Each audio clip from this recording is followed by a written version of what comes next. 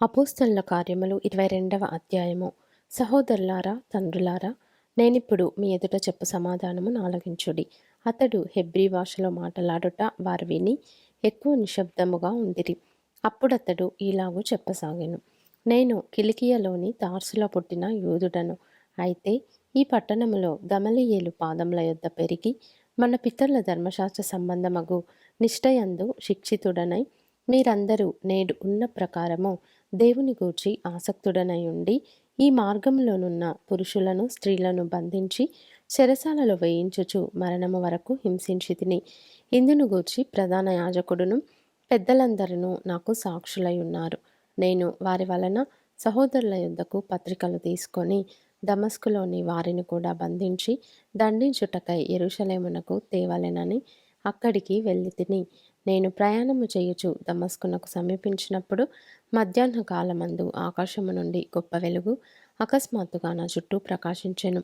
నేను నేల మీద పడి, సౌలా సౌలా, నీవెందుకు నన్ను హింసించుచున్నావని నాతో ఒక స్వరము పలుకుట వింటిని.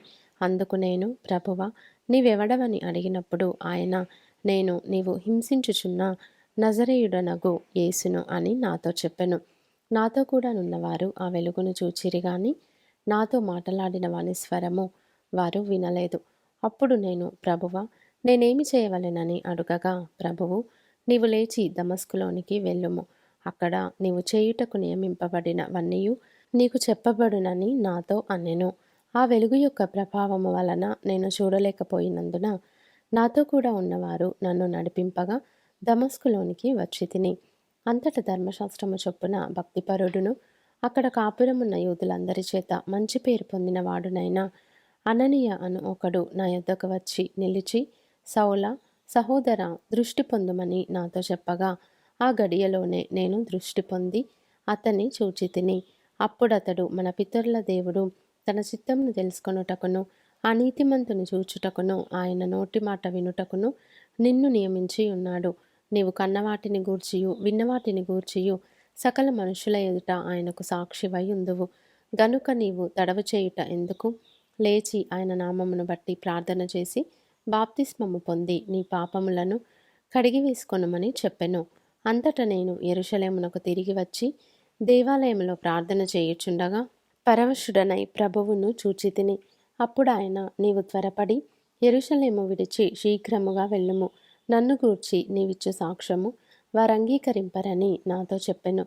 అందుకు నేను, ప్రభువా, ప్రతి సమాజ మందిరములోనూ నీ యందు విశ్వాసముంచు వారిని నేను చెరసాలలో వేయుచు కొట్టుచునుంటినని వారికి బాగుగా తెలియను. మరియు నీ సాక్షి అయిన స్టెఫను రక్తము చిందింపబడినప్పుడు నేను కూడా దగ్గర నిలిచి అందుకు సమ్మతించి అతని చంపిన వారి వస్త్రములకు కావలియుంటినని చెప్పితిని. అందుకు ఆయన, వెళ్ళుము, నేను దూరముగా అన్యజనుల యొద్దకు నిన్ను పంపుదునని నాతో చెప్పెను. ఈ మాట వరకు అతడు చెప్పినది వారు ఆలకించుచుండిరి. అప్పుడు, ఇటువంటి వాడు బ్రతుకతగడు, భూమి మీద ఉండకుండా వానిని చంపివేయుడని కేకలు వేసిరి.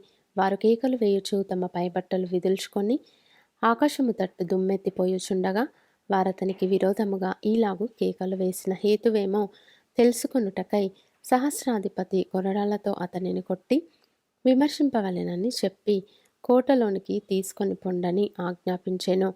వారు పౌలును వారులతో కట్టుచున్నప్పుడు అతడు తన దగ్గర నిలిచియున్న శతాధిపతిని చూచి, శిక్ష విధింపకయే రోమియుడైన మనుష్యుని కొరడాలతో కొట్టుటకు మీకు అధికారమున్నదా అని అడిగెను. శతాధిపతి ఆ మాట విని సహస్రాధిపతి యొద్దకు వచ్చి, నీవేమి చేయబోవుచున్నావు? ఈ మనుష్యుడు రోమియుడు సుమి అనెను. అప్పుడు సహస్రాధిపతి వచ్చి అతనిని చూచి, నీవు రోమియుడవా, అది నాతో చెప్పుమనగా అతడు అవునని చెప్పెను.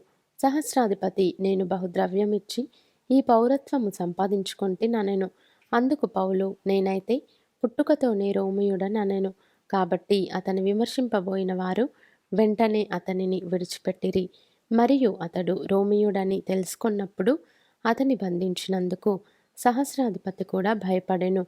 మరునాడు యూదులు అతని మీద మోపిన నేరమేమో తాను నిశ్చయముగా తెలుసుకొనగోరి సహస్రాధిపతి అతన్ని వదిలించి ప్రధాన యాజకులను మహాసభ వారందరూ కూడి రావాలినని ఆజ్ఞాపించి పౌలును తీసుకొని వచ్చి వారి ఎదుట నిలువబెట్టెను.